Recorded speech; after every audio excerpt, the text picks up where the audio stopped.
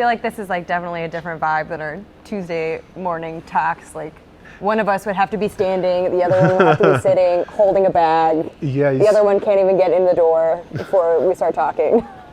Well, when we say this one's supposed to be a little more casual, but it doesn't look more casual from this side. I'm like, it's way more intense. Like a bourbon with a rock. Maybe like a cigar. You were right. We do need like the 2 ferns on either side. And spicy wings, for sure. Maybe spicy wings. All right, well, let's roll into it. Yeah. Hey. Good morning, Kyle. Good morning, Sarah. What did you get into this week? Oh my God. This weekend was great. It was my partner's birthday, and we have decided that this is the summer of hot dogs. It's hot dog summer. Yeah. So hot dog summer effectively started last weekend. Played some yard games, ate some hot dogs. Yep. I made baked beans for like 8 hours. We're talking about this. We're trying to uncomplicate camping. And Right. like we don't want to cook like a 14-course meal and have all these dishes to do camping. I know. You just put it on a stick.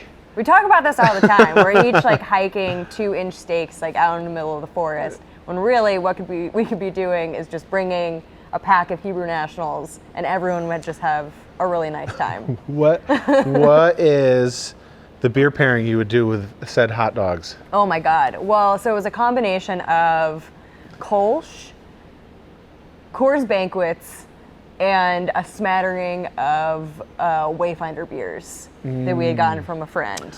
That sounds pretty good. Yeah, I'd like to think that the craft beers were gone first, but actually it was the banquets. The banquets were in high demand.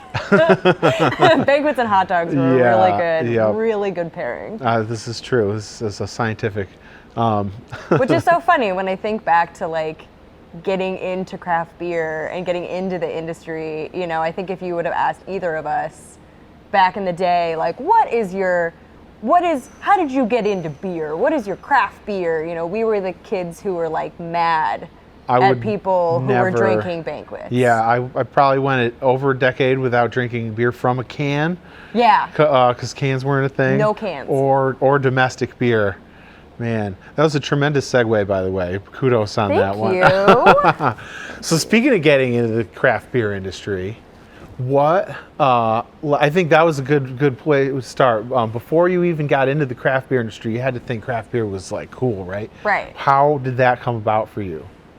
Oh man, so it happened. I don't know if we're just gonna go with it. I was definitely not legal to drink. I think we all have the same experience there. But I had my first craft IPA, like kind of by accident. Like some friends had gone to the store, we were gonna get together and hang out, and they brought Dogfish Head 90-minute IPA. And I had never had any beer like it. I mean, other than that, growing up in the Midwest, like our kid beer was Bud Light. And so that's what everyone had all the time. And so I had never had any other beer besides that. I didn't even know that other beer existed. Yeah. And I had this IPA. It's just beer. Yeah, it was just beer, just full stop. And this IPA was like, I remember like all of us do with our first experience with things, you're like, this is, maybe I hate it. I'm like, it's bitter, it's like not delicious, but it was like incredibly intriguing. I like could not really wrap my head around what was happening with this beer, but I knew that I wanted to try more of it. And so there was this liquor store in my hometown that the owner was sort of like an early adopter of craft beer. Like craft beer was not really like a thing in the suburbs of Chicago at the time, but this guy was really into it, and he turned the whole back room of his liquor store into like a craft beer emporium. And you could go there and find just this wild cross section of craft beer that was available in the Midwest. And the Midwest was cool for craft beer at the time because you got East Coast breweries that distributed, you got some West Coast breweries that distributed, and so you could kind of get beer from all over the country. And so I became like a hardcore IPA drinker, as I feel like most of us do. Yep. Yeah, I mean, yeah, I remember first seeing like the craft beer section, pop up in the grocery store, or we had to go to specialty beer shops, and it was always relegated to being warm and on the shelf. Yes. There's no date codes on anything. It was the Wild West. And yeah, it's Knowing like what we do now, it's like horrifying. yeah, right. I would never buy that. At the time. But yeah, seeing some of those first craft beers and thinking back now too, I know that they were just like absolutely oxidized and probably not packaged particularly well, but it was something new and exciting. And yeah, I had a similar experience too. It was the old man beer was he always drank Michelob. Yes. Michelob Amber. And in college, I thought I didn't like beer.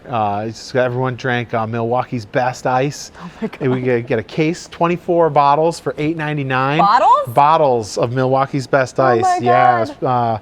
and they're terrible. So I drank Boone's Farm wine because I thought I didn't like beer.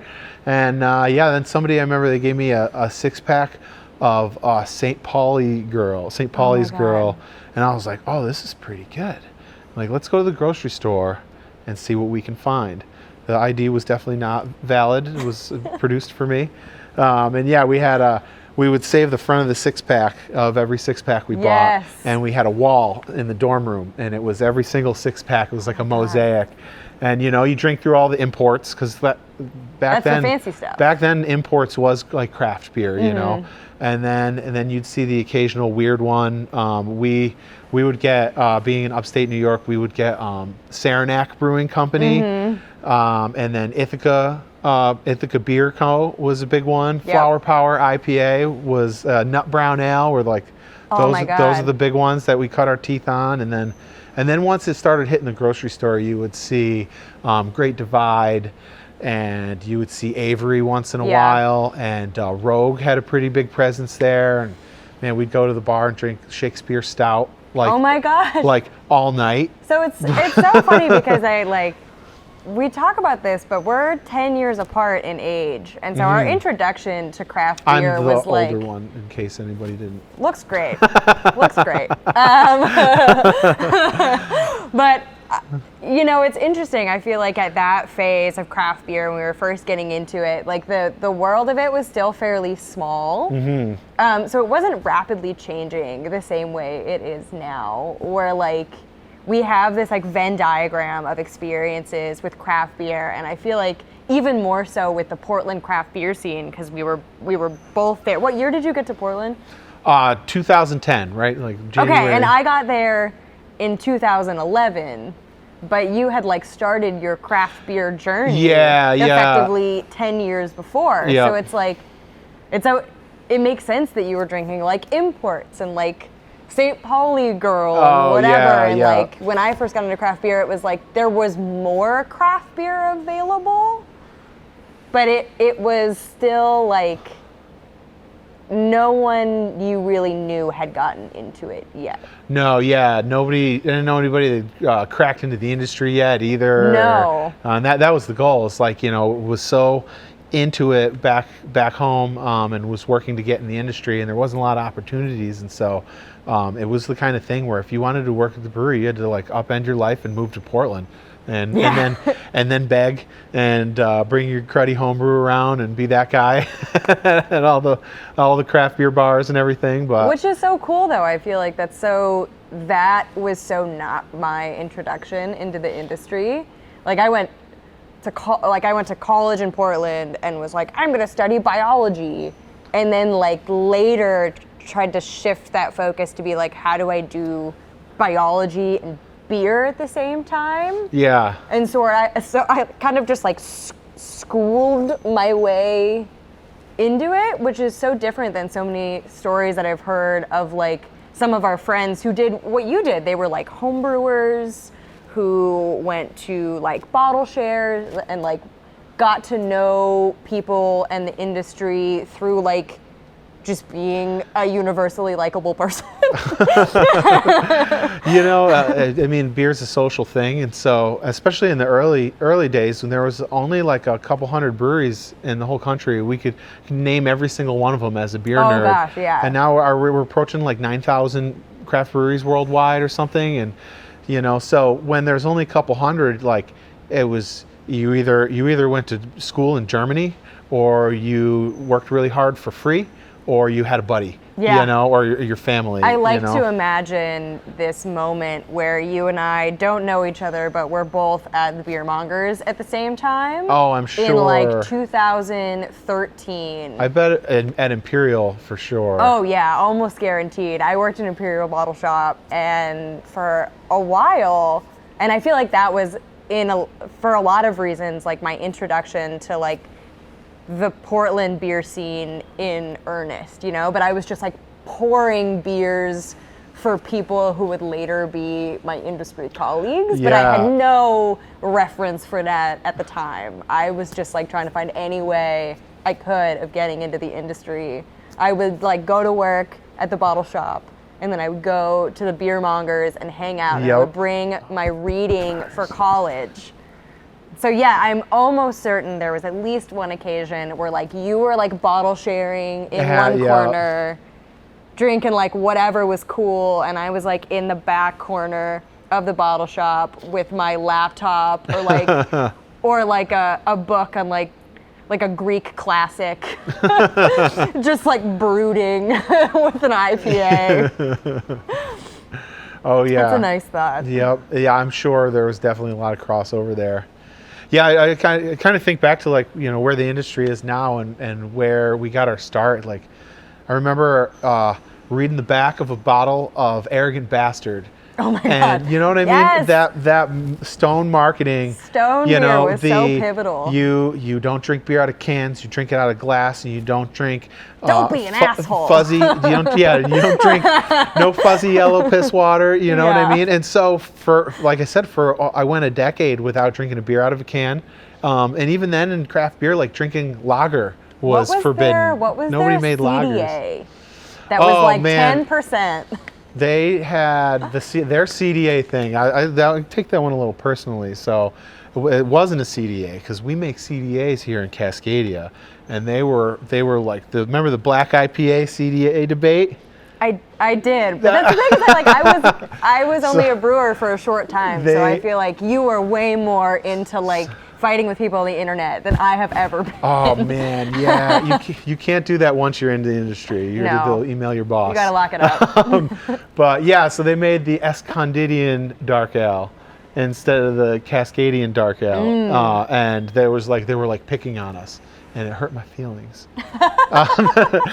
But that beer I remember seeking out because I was like still in my IPA phase, and they were making really at the time like really profound like IPA innovations, you know, totally. and like bringing things to a Portland market, and at the time where like hoppy beer and this like particular style of hoppy beer was so popular, it was like, how do we just like amplify that to extremes, and then Definitely. like combine that with this like really just great marketing, you know, kind of making you feel like it's like, don't be an asshole, but be an asshole and drink our beer. And I was like, I'm in, let's do it. Yeah, man, you know.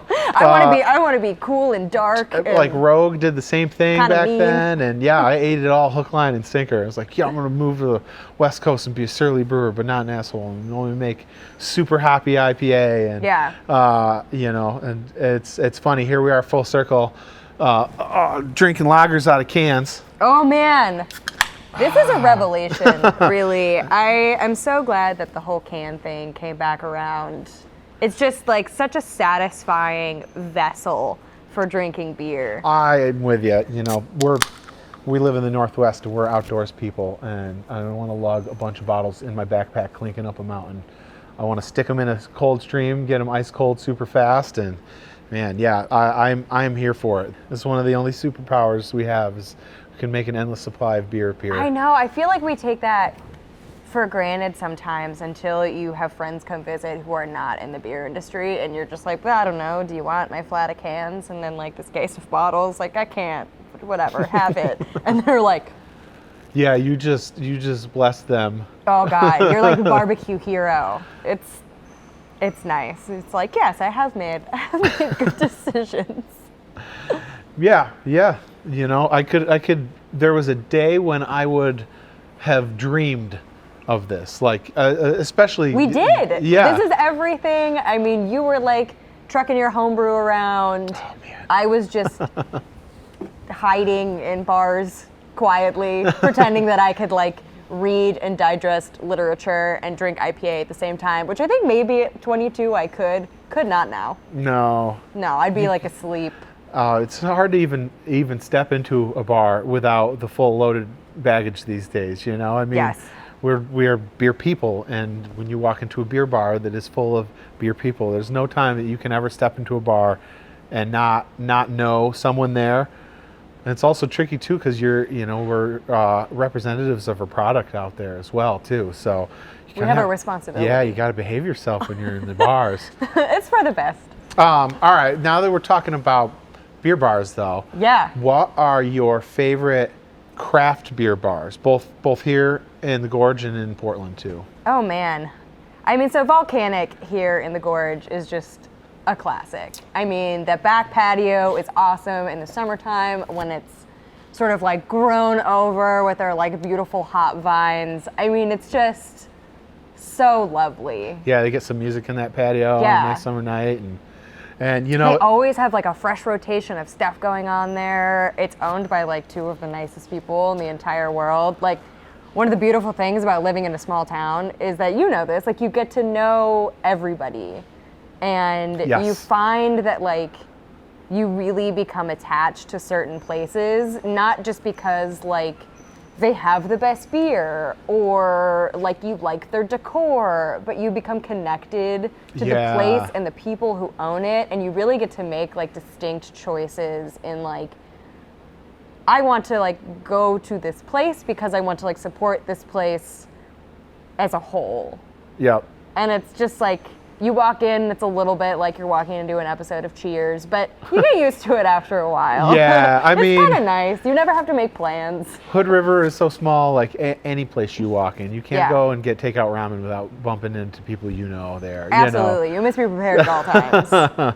Yeah, I agree. Volcanic is amazing, and being off the beaten path and not in a big city, like I can still go in and buy goose off the shelf. Amazing. But they also still have like less than a week out date stamped of, fresh volatile substance or some cool, cool stuff up from across the country too. Yeah. So they do a really good job there. Pretty awesome. Yeah, how about you? What are your other favorites? Ooh, here in town or in Portland? In town. I was going to say we could include bars, but I don't want to give any like secret tips away. Yeah, no, I wasn't going to. We gotta keep our dive bars closed. I was going to say, I think we both know. I thought about this beforehand. We're going to keep that one close because every place you walk in, you are a representative of your company and you know people out here. So there's only a few places I can go and not be a brewer for a night. So we're going to keep those in the pocket. But Never find. yeah, in addition to Volcanic, I've been finding myself going up to Working Hands a bunch That's lately. the other one. Yep. I was gonna say. It's just a really mellow vibe, and they make really great, easy to drink lagers. And I mean, they make a big selection, but if I can go there and you have like 4 solid lagers on tap at any given time, man. and I can go and like, have a conversation with someone and not be a brewer on display for a minute, like that's a really nice thing. So in town, that's where I've been going a lot. And then for non-beer bars, clearly we go to 1805 for cocktails, and they make pretty mean Mai Tais. So. Yes. Yes. How about Portland though? Because that's where we both really came into our craft beer scene. Yeah, I mean, I don't get to go there enough now because Same here. we live out here. Let's but fix that. I think we would share our love of Lombard House. Yes. Yep. The Lombard House, and then we also mentioned it, Beermongers. Yes. Those are the two. Beermongers is where I like kind of, grew into went from being, a fan of the beer scene to being a member of the beer scene was at the Beermongers. And you can't talk about either of those places without talking about the guys that run them. Yeah. Sean Campbell and Brian Cook, and they are both like just some of the best publicans, not bartenders. Yeah, The I love that term, publicans. publican. A publican, you know, Sounds like pelican. it's someone they know your name, you know their name, you know their kids. Yep. You hang out together on the weekends. You know, you go in, you have a few beers, you invite your bartender to your barbecue, and they're like, whatever, man. You invite these guys to your barbecue, and they will show up. They will make a dish. They will bring a potato They will salad. bring you a housewarming present. You will hug it out at the end of the night. You can go in and tell these guys your problems, and they'll tell you theirs, and text each other on the weekends. And you know, that's a dying thing in bars. Yeah. And yeah, those guys are really keeping it going on, and holding the torch for that stuff. So I have to give a lot of like some big ups to Belmont Station as well in that realm. In my like earliest days in the industry, some friends and I believe it was Monday nights, would go right around closing time to Belmont Station, and we would do a big bottle share. And the rule was like, it wasn't really a rule, but the kind of understanding was that you had to bring like really good stuff. We had a friend at the time who had worked at a really great brewery, and then we would all just kind of like scour the world for really cool beers, and we would bring them to this bottle share on Monday, and we would all sit around and we would drink way too many. We would just try too many beers, you know, like in our job we go through and we have to taste cask beer as we're like making blends and stuff. You know how you like start to feel, you're just like, I have had too many of like this type of beer. Like, you know, everyone's bringing big, wild, crazy, out there beers, and there was no sort of like just like chill palate cleanser beer thrown in the mix of it. No. Because if you did that also, then you would have drank way too much, and I'm not a very big person, so this definitely tested my limits back in the day. And we would just sit around and taste 1 million beers. And one of my very favorite memories of one of those bottle shares is that someone showed up, and if he's watching this, he will probably remember this moment. I hope so. Maybe it just stuck with me. But he showed up with this beer in a brown paper bag, and he was like, I want to blind taste everyone on this.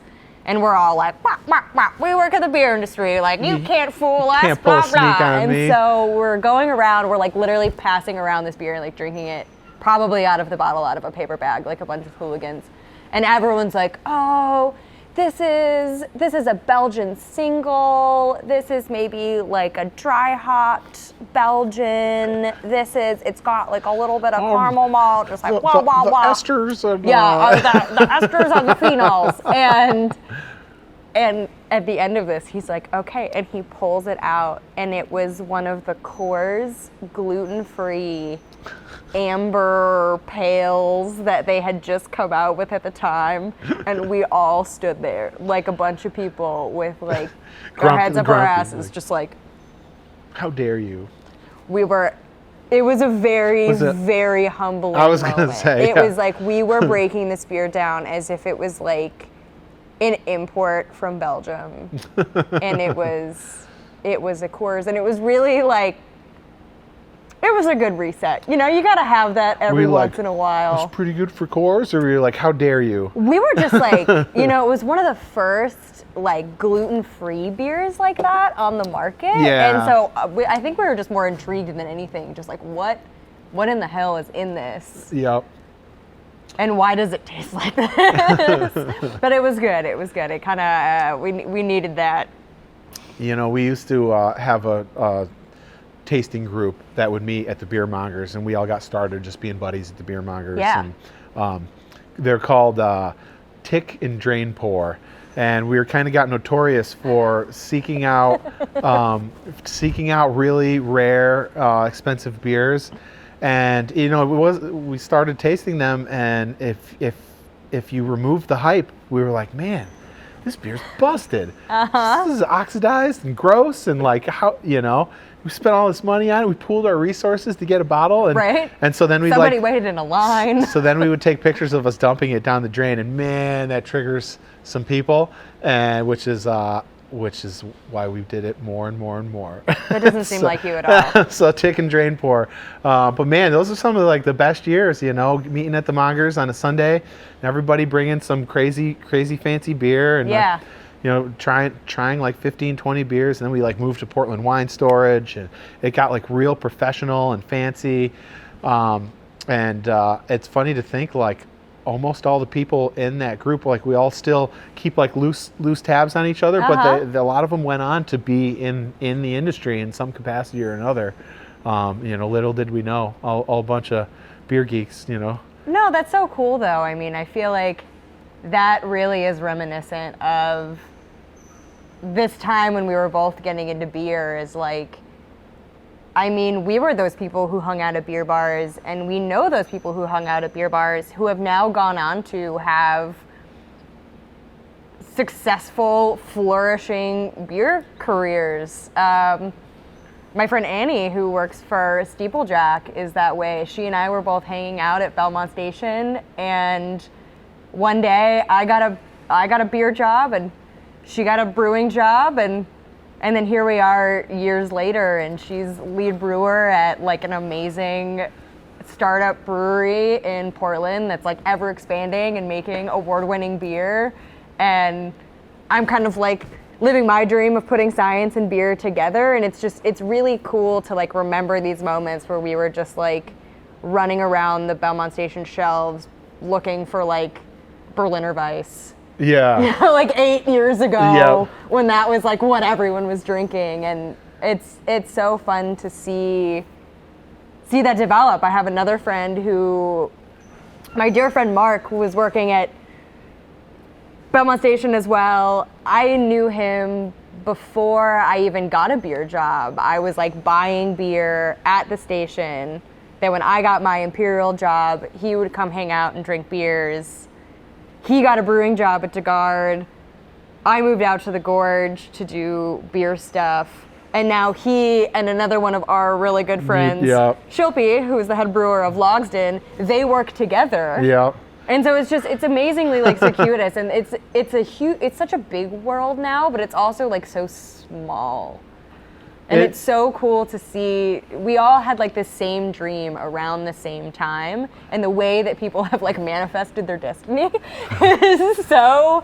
Everyone kind of has their own unique story to it. Yeah, I still kind of sometimes feel like the new kids, the new graduating class of brewers, because like when I first came out here in 2010, like trying to get into the industry, it was like there was established people who a lot of them are still in the industry, and they were brewers, and now they all own their own breweries, and they're 20-year veterans now, and so I like feel like the new kid to that, and then I'm like, oh no, this just celebrated my 10 years of professional brewing and alcohol making this year, and celebrating about to be almost 20 years of home brewing and stuff like that. And like, oh man, and there's when we go to events, especially like the Oregon Beer Awards and stuff like that, it's good to brush shoulders and with the next generation. And I'd say there might even be another generation coming after that. No, I was gonna say like in the last 10 years or so, I mean the advent of even more brewing programs. It's like there were always a couple. I mean, there was Davis and more of them. Yeah. I don't know because I didn't go to one. Oh, and Oregon State. But I had like a bunch of friends come out of that. But there are even more like brewing and winemaking programs that you can actually like go to school specifically to do that now. Yeah. And so I feel like the sort of like next wave of people to come through the industry are people who like have this like academic approach to brewing and winemaking that is, I mean, it's just like bringing the industry to the next level. I feel like I'm kind of like sort of in that camp. Like if you were to group us, like I definitely like fall in the camp of just like the like I borderline went to school for this. I had the opportunity to do like independent research in college that focused specifically on beer.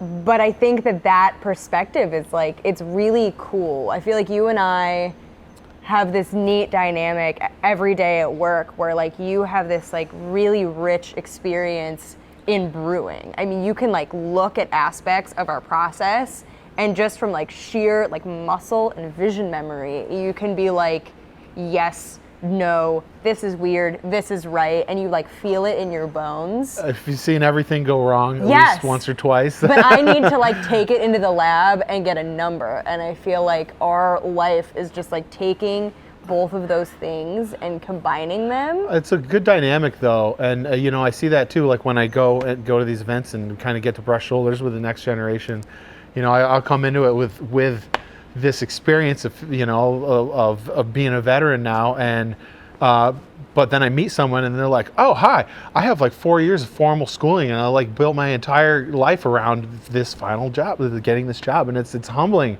Man, I mean, I have a lot that I can learn from these younger generations coming in too. So It's really cool. you know, it was the Wild West when I got into beer, and everyone was making like buttery oxidized bitter beer, and now the craft beer scene has matured, and so has the people and the level of talent that it requires. Not just talent, but you know, education as well too. Yeah, we're holding the industry and ourselves to like higher professional and personal standards, which is like a feels very good. it's Feels very good. nice. The beer tastes better The because beer of tastes it. better, you know, and it's just a better environment to be around. You know, everyone's taking good care of each other and looking out for each other, and I love that about this industry this many years in.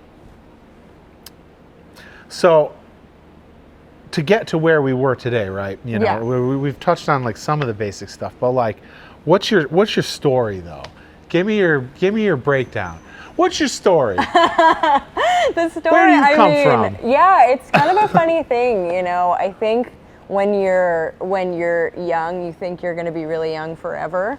And so I really took advantage of that like early in my career. I got a job growing yeast that I was like, great, this makes sense. Like I have this biology degree and I'm going to go grow yeast because it's like working in a lab, but it's kind of beer adjacent. It's not beer adjacent. It was beer adjacent. We never made any beer. We sold these to people who made beer, but like it was an amazing experience, and it got me sort of like thinking about beer in this like more tangible way. You know, it kind of was like my crossover from like working in a purely lab environment to like, well, I'm like one step closer. Like I had gone from working in the beer bar to working there. So I went from like totally, you know, one side of things to the other, and I like very quickly lost like any sort of social skills I had developed from talking to people from behind the bar for 2 years. Keep you in the lab. Turns out you take the introvert and you remove them from the forced socialization, and they just like become a lab hermit. But it's fine. It was fine. But I think after a while of doing that, I really think that I missed that social side of things. I missed that connection with what it is we were actually making.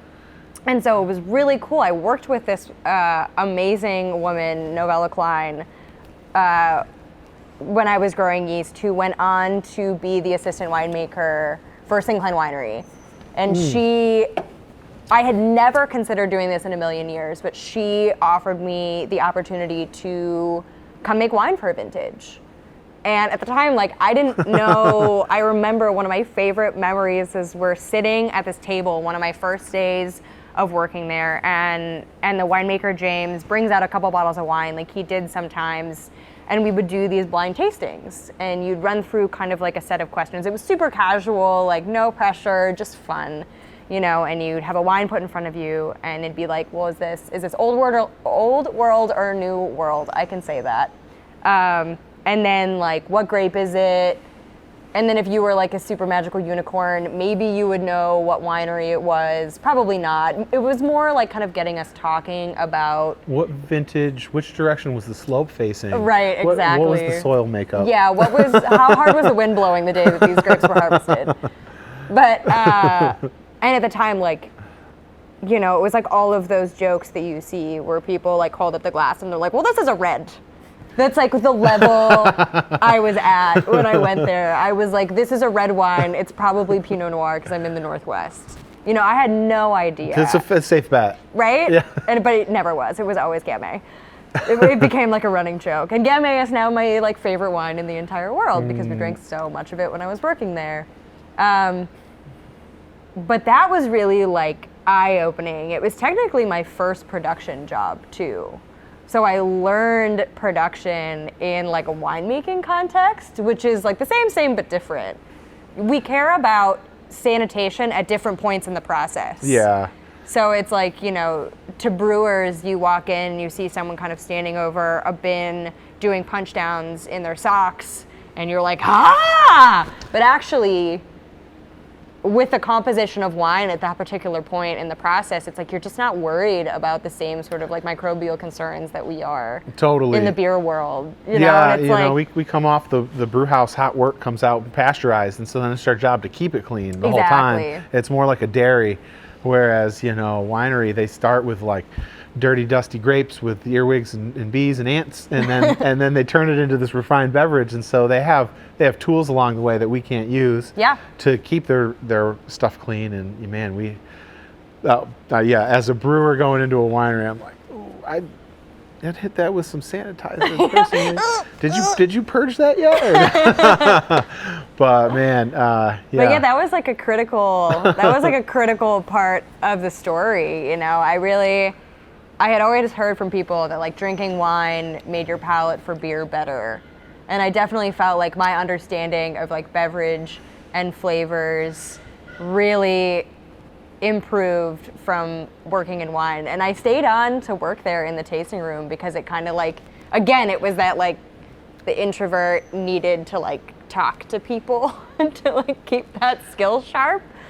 So it was amazing. I mean, it's like working here, sort of like working in a beautiful place, making like a beautiful beverage. It's like that is kind of like the whole reason we got into this. And I really got to like see both sides of that working there. It was awesome. You and I both have a little bit of, you know, wine experience before coming into beer full steam. Yeah, you've got some awesome wine stories. Well, and I think that it's part of what blueberry wine on the lake. Oh man, yeah. I do think it's part of what made us, you know, unique experience to do the positions we have now as blenders, and you know, where we work looks a lot more like a winery than a brewery. Oh, absolutely. Because we have a brewery to support us, but. Yeah, I mean, I started off. It was a lot easier in New York, upstate New York, where I'm from, in the Finger Lakes region, to get a job at a winery than a brewery because there was only a couple breweries, you know. But the wineries was a little bit easier. But I got my start in a kind of a really weird spot. I mean, I was that guy back in New York where I would go around and beg for beer jobs and anything, anywheres, and still was really tough to crack into. But I was at like a party in college once, and Yes. we poured homebrew corny kegs at our college Yes. parties, and a guy there once was like, "Whoa, this is really fantastic! Like, did you make this?" I'm like, "Yeah, man." He's like, "Oh, come and work for us." And it was just a pouring job. It wasn't a production job, but yeah, I got started up at Bully Hill Vineyards, which is the largest independent vineyard in New York State, up on Keuka Lake. You know, and we made a lot of like New York State wines, and we used a lot of like native grapes and stuff. But man, the experience was invaluable. Like getting to brush shoulders with people who like really take it seriously. Yeah. It's a lifestyle, especially wine. Wine, I feel like it demands even more from you than beer. And if you're a winemaker, you like breathe that day in and day out. It's really cool to see like the wide set of skills that winemakers have. Yeah. I mean, especially winemakers at like wineries where everyone does everything. You know, I feel like we both kind of like worked at wineries like that, where the people who were making the wine, like they were in the vineyard and they were in the cellar and sometimes they were pouring the wine, and that really, like those people, and just like they can fix a tractor, they can put nice clothes on and talk to people about their product, they can like run a pump. Like these are all things that like you don't meet a lot of people who can do everything all at once. Yeah. And also are just like incredible stewards of the land. Yeah, you have know? to be a meteorologist. You've Oh my got to God. be a farmer, agriculture. You've got to be a mechanic.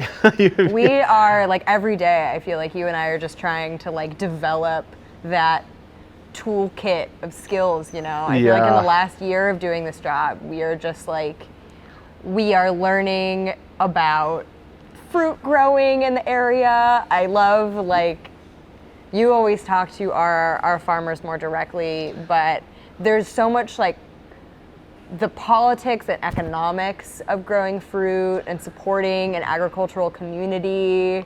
These are all things that, we, in the past, we just had boxes of fruit like show up at the front door. Yeah. And now we're like really starting to understand like what goes into making that happen. That is actually the surprising, unexpected, and my favorite part of this job is, working with growers. You're building relationships with them, and so you're invested. But also you have to be keenly aware of, like the weather and how it affects your crops, when season is, when harvest is, what's going to change where that is, and then like the economics of it. If you have, like this year we had a tough spring where we got a really late season snow, and it affected more so even than bud break on a lot of things. It affected the pollinators, and so the bees are just now coming out. When the pollen has been sitting on the plant so long, it's not viable anymore. Yeah. And so now the cherries are spread out so far amongst our trees out here in the gorge that it's going to be difficult for them to entice pickers to come and pick them off the trees. And so then it's going to make the picking, if we can even get pickers to come and pick them, to happen over the course of like a week. And so then we're putting week-old fruit into beer, and like we're not even there yet, and I'm stressing out already. And so when everyone's like, oh man, this great late season rain, it'll fill the reservoirs up, I'm sitting here stressing out with my farmer Do you and with my remember orchardists. the huckleberry politics of last year? This was a whole thing. I remember. know. I hope it doesn't happen again. See, now I have to start checking the weather in Montana too, Right. to see if the huckleberry mafia is going to come out here and try and run game up on Trout Lake again, and running up my huckleberry knew? prices. Who knew? Yeah, apparently, huckleberries, you can't grow them. You have to pick them, wild forage them, And so when the huckleberry crop fails, and somewhere else, they come here. you get the huckleberry mafia. And they come here and they set up shop and they offer more money than your next person, and the next thing you know, you're paying $75 a gallon for huckleberries. And we're just a little brewery. We're just a little brewery trying to make huckleberry beer. But yeah, I mean, and it is one of I did not expect that. There's no version of the younger get into the beer industry me that thought I was going to have to figure out the politics and economics of driving fruit across the bridge while it's under construction in the summer. Oh my God. You know what I mean? But I like it. It's a challenge. It's something new to deal with. And just Do you think that's why, like, I know we talk about sometimes too, the beers that we make are so like full of these stories. Like we have stories like up, down, left, and right about the beers that we make. But like when we go home at night, I think many would be surprised to find out that we don't actually drink that much huckleberry beer.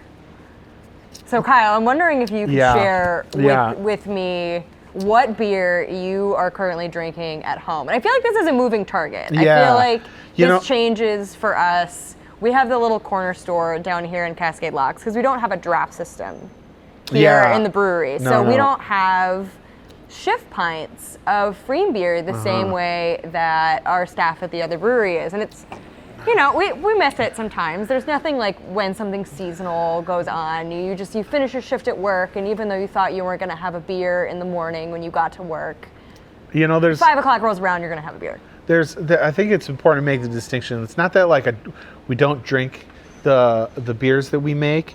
In fact, we probably consume more than any other That's a very person. good point. Yeah. But we taste them, and we taste them professionally, and it's hard to separate the criticisms that you would throw. We're always going to be our worst critic, and so it's hard sometimes to enjoy these beers, unless it's like the best vintage we've ever had, which is what we strive for every year. You know, like pFriem this last year was amazing. So I've drank cases of pFriem because it's like without critique. I'm like, man, this is the best batch yet. Awesome. But it really is like we talk about this with our head brewer, like with Campbell. We have to like flip a switch, you know, where like it's hard. It's so hard. I mean, we just want to be able to go into the world and like have a beer. And those are the times you really have to make an active mental effort just to say like, we're just having a beer.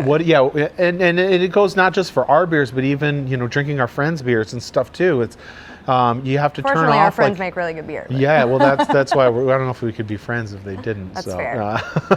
Neither of us are good at lying. But you know, we taste those beers. Those are beers for tasting, and then beers for drinking is totally different. When I'm drinking beer, it's almost it needs to be more utilitarian, or else I'm going to critique it and then ruin my experience. So, when I'm trying to drink a beer and turn my brain off, you know. What beers do I drink? Well, you may be wondering why this Modelo is here. I was wondering why the Modelos were here. I keep a Modelo within 6 feet of me at all times. No, that's not true. Healthy. Would you like? Yes. Here. Oh, thank you. So this is the beer right now. Yeah. This is like you're going home, you're cracking a beer, and you're just like sitting on the porch. I mean, it's not specifically just this one, but Modelo, you know, the Special and the Negra Modelo. Ooh, this is a great beer for hot dog summer. Josh pFriem recently turned me on to Victoria. It's like the Vienna Mexican lager. It's like super low ABV too. Low ABV, it's like super 4, light. Maybe just above 4. Yeah, so it's not, you know, it is like a true Vienna in that sense, not some Americanized version of it. And it's really fantastic. You and I both share our love for Miller High Life. It's true. It's true. I hope you're going to bring up the High Life. Man, you know, I told you that I went over a decade without having a beer from a can or drinking any domestic beer whatsoever. And I very much distinctly remember when I broke that streak. I was backpacking with some good buddies who are not in the beer scene. It's always important to keep friends that aren't in the beer scene too. And we were out backpacking up in Washington on the east side of Rainier, and it was hot and dusty, and we hadn't had a cold carbonated beverage in like 5 or 6 days. And we get out in the car, and the first gas station, like in Mount Rainier National Park, was still like a 30-minute drive from the trailhead. We drive by, we gas up. The beer selection was abysmal. Like I was straight up like, I can't drink any. I'm a snoop.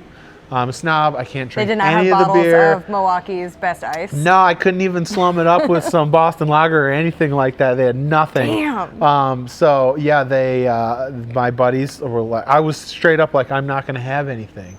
And then my buddies were like, okay, serve yourself. And then they filled up the cooler with ice and a case of High Life in the glass bottles. And you're like, and I made it like 10 minutes down the road. And I was like, God, just give me one. Just give me one of them. And that beer was the best sip of beer I've ever had in my whole life. It's not about what's the best beer you've had. Right. It's what's the mind frame you were in, what's the weather, everything. How was it? What was your mood that day? Absolutely. Put it in context for me. And in that context, that was the best sip of beer I ever took. And that's all it took. I was like, oh, well, okay, maybe I don't know everything about beer. And maybe this is pretty fantastic. And maybe there is some merit to some of these. Yeah, I mean, from a quality perspective, I mean, there's something to be said for having a beer that no matter when you get it or how you find it, unless it's been like cooking outside for some reason, it is always the same, you know, and you can always rely on that beer tasting like that beer 100% of the time. And when you're in that mode where you need the switch to be flipped and you're like, I need something, especially for me, I'm like, I want something cold and low ABV while I am grilling hot dogs. Yeah. Like that is the ticket, because it's just We sit It's at work. always the same. We talk about VDK and SO2 and VA and TA and pH and IBUs and all these flaws, THP. They haunt me in my dreams. And I don't have to think about any of those when I open these beers. Any of those. And so, yeah, you know, as much as I love my craft beer and I'm a big proponent and was high on my pedestal one day, man, there's something to be said of just turning off and going to the bar that we will not mention because it's secret. Yes. Where I don't have to be a brewer and can sit down and have a beer like these. One of my favorite high life stories was after we harvested cherries last year, and it was 105, 106 degrees outside. Yes, it was. And we drove to Mosier and picked up our cherries, and it was 8 million degrees. And we got back to the brewery, and luckily we have temperature control here, but it was still just like outrageously hot. And after being outrageously hot, we're taking buckets of cherries, we're loading them into the tank, we're doing like hard physical labor work. It's our first fruit of the year, and we get to the end of hucking cherries into this tank, and you emerged out of the cooler with 2 like 35-degree high lifes. And that might have been the best sip of beer I have ever had. It's all about that context, you know? You know, I'm talking earlier about how I can't finish a 16-ounce can of beer before it gets warm, and I think I drank that beer in about 12 seconds. Yeah, that's the first high life. I think I always drank goes it down before I could real register quick. that it was a beer. Like, I think it was just like, and it was just, the context was perfect for that. I mean, I think like, the longer I'm in the industry, the more I think about the fact that what we make is made to make people happy. Yeah. You know, and I think to put too many like restrictions around it or judgment around it is to like take away someone's potential happiness. So like if that happiness is like a high life that day, or if it's like a pFriem that day, I mean, just have your joy. Whatever that looks like. Totally. We all need a little joy. Just let people enjoy things. Yeah, you know? just have a nice time. You know, and as much enjoyment I get out of reading like a really nice glowing review for our beer, I think it's even, you know, I don't expect every single person to take one of these specialty beers that we make down here, pour it out into the proper glassware at the proper temperature, and then sit there and like write down tasting notes. And they're like, No. oh, 9 out of 10. It's the person who's like grilling up some prawns, and they're like, Ooh. and it's like 90 degrees out Yes. on their back porch, and they're like, man, a nice peppery saison that's bone dry would go really good with this. I love when I'm like standing in the Bear's Den in the Hood River Brewery on like a busy weekend in the summer, and I'm like clocking out or grabbing a shift pint or whatever. And since COVID, we have this little window on the side. Maybe we always did it. I don't remember. But you can walk up and get beers to go. In the Hood River, you can open a beer like in the park across the street. And it's legal. It's legal. It is. It's totally legal. Come to Hood River, Come drink on, Hood River, on get the beers, go sidewalk. across the street. It'll make the wait for the restaurant better. But I really love when I'm standing in there waiting to get a beer and someone walks up to that window and orders a bottle of like Flanders Red. And I'm like, oh yeah, it's always cool to see people order the beer that you make. Man, we should sell plastic cups. But then they will take it across the street and pop that cork and just drink it straight out of the bottle. And I am like, Get all those dregs. Get them. yes, yes, you are doing Yes. it. It's just, you know, it's great. I mean, You think of that person in that moment, right?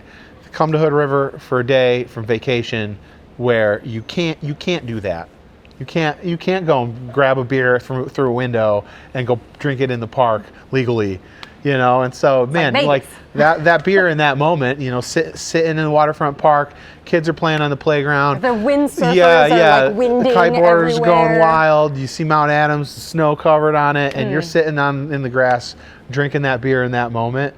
It's We're creating like a core beer memory. totally, right there. and it's only one part of that memory. You know what I Right. mean? It's not, you don't have to be focused solely on the beer. No, that's the beauty of it. It's just core memory enhancer. Yeah, absolutely.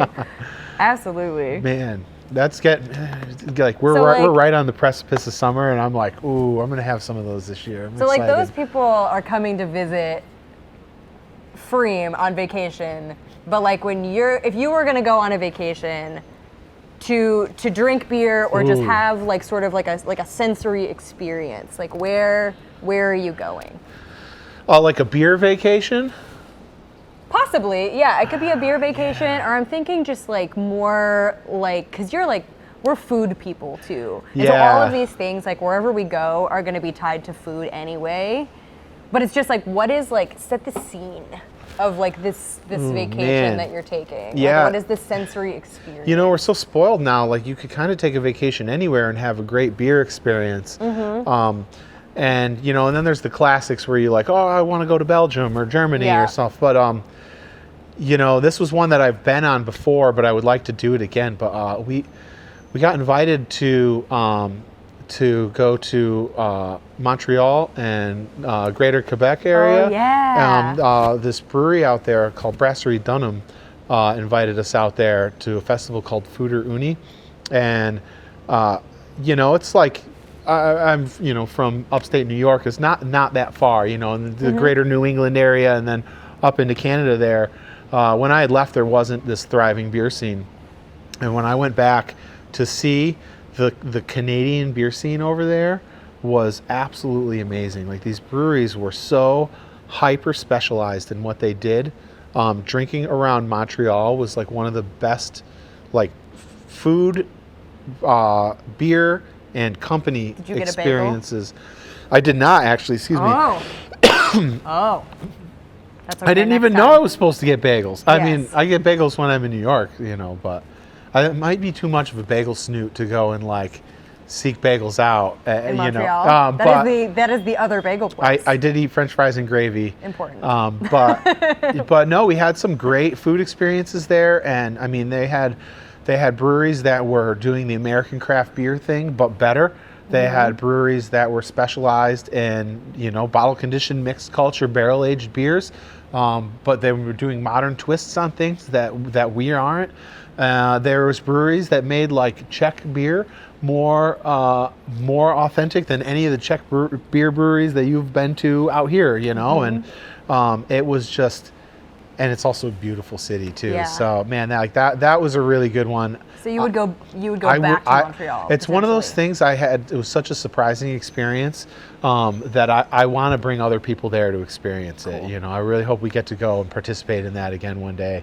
And then you can just hop across the border and hit a lot of great breweries in New York, and then you're right there to hit Vermont up. And it's funny. It was a nice juxtaposition from drinking all of these like really like elevated beers, and then we crossed over and we were calling it the Cradle of Haze tour, and it was all of the like original hazy breweries. Yeah. And you know, as brewers, like especially Northwest IPA brewers, we were very apprehensive about the hazy scene, and then to go and drink those beers and where they're from and where they got popular, I was floored.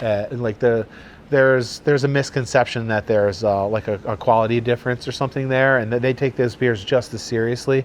And I would never have thought that I would drink just like hazy beers all day long for days on end, and I'm not they were gonna tummy ache. blowing my mind at how good they were. That's awesome. And everything we thought we knew about them and how we reverse engineered them in the Northwest was all wrong. It was completely incorrect. That's like the whole point of travel, right? Is Yeah. like you just have like your mind blown by this thing that is like different than Yep. what you usually have around you. Absolutely, yeah. No, I walked away like impressed and yeah, like educated for sure. That's really cool. How about you though? What, like, if you were going to set a trip up Yeah. around, and it doesn't have to be like visiting a brewery or beer trip in particular, but you have to drink beer while you're on this trip. Yeah. Paint the picture. Well, I have two. One is like, let's start with this one.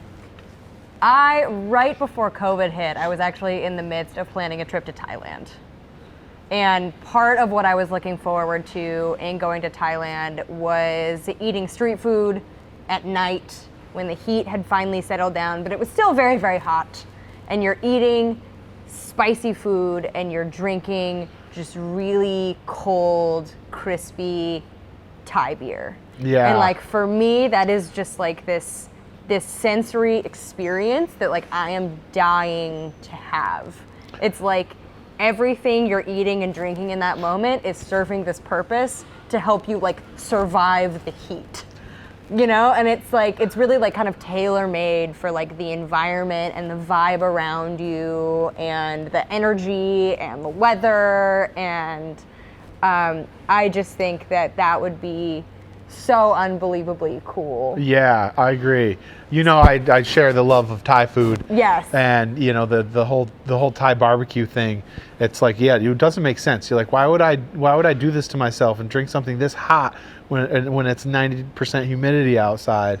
And it's all about the super spicy food, the super cold crispy greens, and then the crispiest beer you could have. Exactly. And that is like a beer context that I feel like we don't really have in the States, you know? You're like out at midnight eating spicy food and drinking this beer, and it's so unique to like that place and this part of the world, and what the beer is in that moment doesn't matter as much to me as just like the sheer context of it. Kind of like that high life after the cherries on a hot day, you know, like that's going to be the best sip of beer you've ever had, but it has to exist. Like we've all drank like Thai beer and we've had Thai food like in our local restaurant or whatever, and it's like awesome and it's part of the experience, but I feel like the full context will really just like, yeah, you could burn your face and drink crispy beer in your kitchen, but it wouldn't be the same thing. it's not gonna be the same thing. I was at a dinner, Thai food hosted dinner with Andy Richter from Pak Pak one time. Oh, awesome. And he was explaining their beverage pairings, and you know, they make all these really fancy cocktails with Thai inspired ingredients. Yeah. And it's a really elevated cocktail thing. And then he's like, for beer, he's like, the fanciest beer you can ever pour with Thai food is Bitburger, and you cannot get any fancier than that, because that is the upper echelon of Thai drinking. They're like, they have all these Thai lagers, but when they really want to turn it up a level, it's Bitburgers is the fanciest crispy beer that they have. They don't want any of this stuff. They don't want any malty, you know, weird fruited beers. I love it. Bitburger, you know, and it's that context. It's like that beer after backpacking, and it's hot and dusty, and it's all, you know, and you're right. That is the best beer in the world you could have at that moment. You know? I mean, my other sort of like culinary destination, which is actually, it's not beer specific, it's more like wine specific and cider specific, would be, I want to go to the Basque region of Spain. Ooh, yes. So badly. I think that's actually like probably 2 years out, but to go, Chocolina is like one of my favorite wines in the whole world. You know, if I were to pick like a desert island wine, like that would be it. Slightly spritzy, high acid, white wine, goes with everything. It's just perfect. And then Basque cider as well. We're really fortunate to have a Basque cidery. Like, we can see their building from here. Yeah. And we go over there and they have like amazing food events and stuff, and they have just like even further inspired this desire of mine to go to I the feel like Basque. they weren't a name drop. It's our buddies at Son of Man Cider Company, and they're fantastic. And I like how they can make Basque style cider, and all the people in Basque are like, yeah, you go, let's come over and make stuff. I love that. They're not like, you need to call it Basque inspired cider, damn it. No, it's perfect. Embraced. Man, so we have been rambling on here for a while. So This is just like a typical Tuesday morning. yeah, I mean, this is usually what we do before we set our bags down in the morning. Yeah, one Except person is without definitely the, holding a without bag. the Modelo. We go in with every intention of talking about our tasks for the day, our plans for the future, and then next thing we know, we're talking about how you visited a town in Oregon that had a cooler full of rattlesnakes. Oh yeah, in Naha. I wouldn't change it for They anything. have rattlesnakes, rattlesnake roundup. It's very fortunate that we are coworkers, but also dear friends. Yes, it is. So let's end this the way that we normally end our dear friend coworker conversations. I was gonna say. I gotta work now. Bail, I have to go to work. I have a meeting. Can you clean this up after? You got this, right? See you later. No, what are you doing this weekend? What's your weekend plans? What do you got going on? So my college is having a reunion this weekend. It's too small of a place. I went to Reed College. Oh yeah, It's too you're small of Reedy. a place to have a graduating class is big enough to justify having an actual reunion for a single class. So instead they just do this thing called reunions, and it's just everyone at once. And they just host like a several day party with events and talks and food and sort of like traditions from going to college. And it's really cool because at any given year, it's just this cross section of Reedies who are like unique folks. And so it's cool. So I think I'm gonna go out on Saturday and catch up with some people that I haven't seen in a long time. How about yourself? That sounds nice. Yeah, this weekend we're celebrating my son and my mother's birthday jointly, and so Adorable. we are going to down to McMinnville, and so we're gonna do a little something for everybody. You know, we're gonna go swimming and pool and take them to an arcade. But my mom wanted to do some wine tasting, so she loves the bubbles, as do I. So we're gonna go to Argyle and do some tasting down there. And then I got a tasting booked with our friends at Brooks, and so we're gonna go do a bunch of awesome Riesling. You know, my mother's from New York, and so she thinks that New York makes the best Riesling, which they do. But we're going to show her that Oregon can hang pretty hard as well. Yes. And I'm excited to go visit my friends down at Foreland Beer while we're down there, and you know, do a little of everything. So, you know, you can never escape our industries, the greater industries, and what we do. But we can escape like what we directly do. So I have to go thank my thesis advisor for letting me write about beer 8 years ago. Yes, exactly. Thanks for that. No, I'm gonna drink some Real Modelo pal. and wine all weekend. So Awesome. All right, well. Well, hey, this was fun. Cheers. Let's do it again. I've got so many more Are stories. you going to bring the Vitamix next time? Make some slushy margs? Oh, should we? Yeah. We should do cocktail tutorials, tiki instructions.